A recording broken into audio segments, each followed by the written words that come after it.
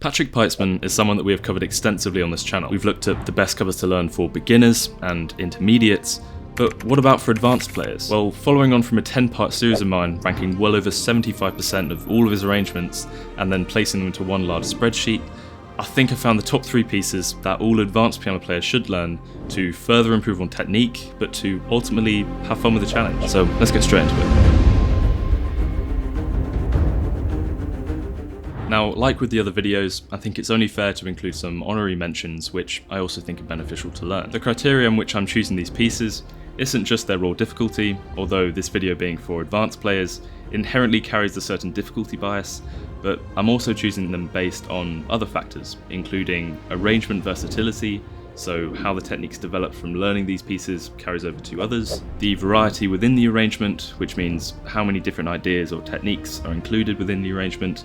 Obviously, the more there are, the more aspects of your playing that will be challenged, and I've tried to pick pieces which are different from each other, each targeting different styles of playing, with the goal that if you were to learn all 3, you would cover the vast majority of techniques and styles used in all of Pietschmann's arrangements. But anyway, before all of that, let's talk about some runners-up. Firstly, we have Duel of Fates.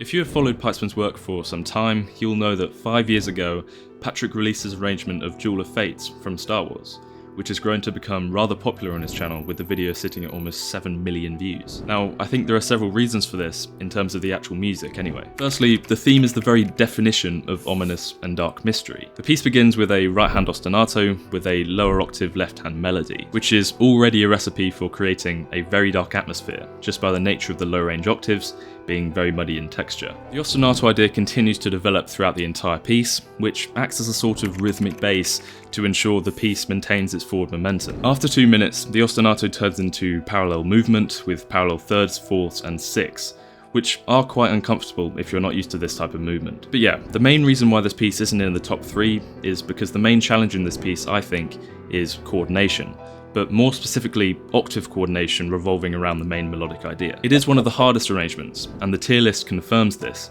being a number 2 spot on the entire list. However, in terms of variety of techniques, I think that's where it lacks. Pietschmann has done an incredible job on this arrangement, considering he only had one main theme to work with, and honestly, I still highly recommend learning this piece, especially if playing fast consecutive octaves is not one of your strengths. The next runner-up I'd like to talk about is Cantina Band. Funnily enough, this is also from Star Wars.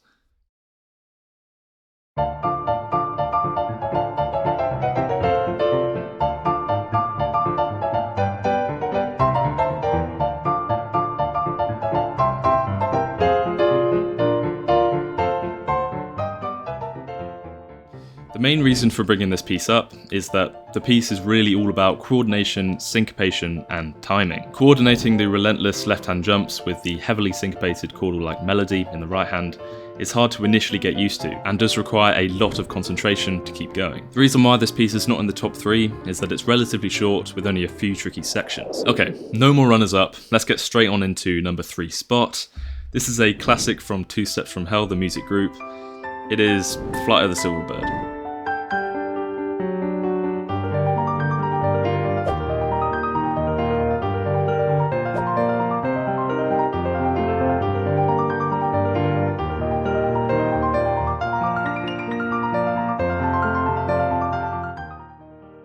Pretty much from start to finish, at least one hand is playing some type of intense run with the occasional staccato chordal interjection, which further adds to the dramatic feeling that the piece already creates. Arpeggios are something which are heavily featured in practically almost all of Pietschmann's arrangements, and other arrangements from different creators. If you're able to master this piece, you will not struggle nearly as much with arpeggio sections as you would having not learnt this. I think it's a combination of the speed, but also the subtlety of the melody still coming through in the right hand whilst playing all of the other notes that makes this piece so useful to learn.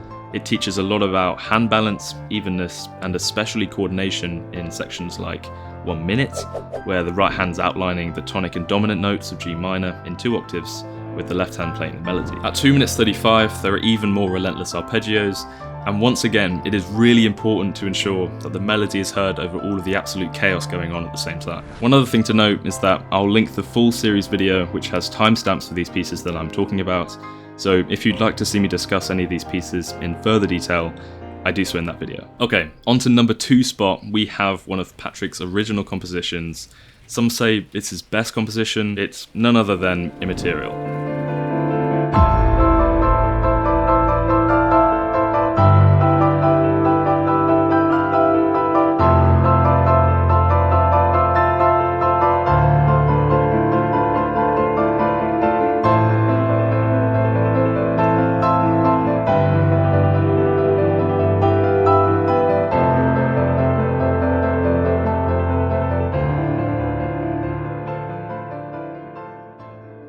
We have talked about how arpeggios are so widely used in his arrangements, but another technique which is even more common is the embedded melody. An embedded melody is a melody which is heard over the top of other filler notes, usually in the form of arpeggios.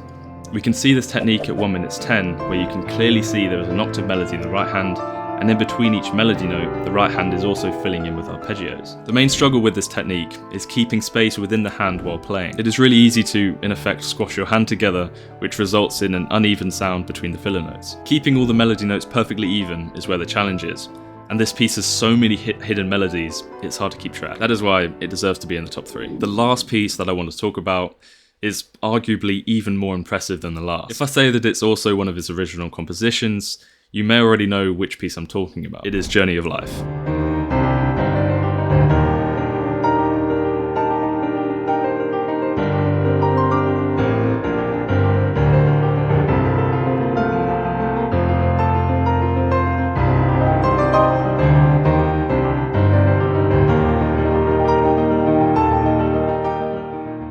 There are just so many techniques and styles used within this piece, and especially in the transitional sections, you have to be so precise. It's similar to Flight of the Silverbird in some ways, in the sense that there are so many arpeggios, but I think the main difference between these two is that Journey of Life just takes it to a whole nother level. Mainly because a lot of the runs aren't regular, meaning they aren't just simple arpeggios, but some of the intervals are seconds and fourths, not regular thirds within each octave. If you found this video useful, I think you'd also like my video on learning how to improvise.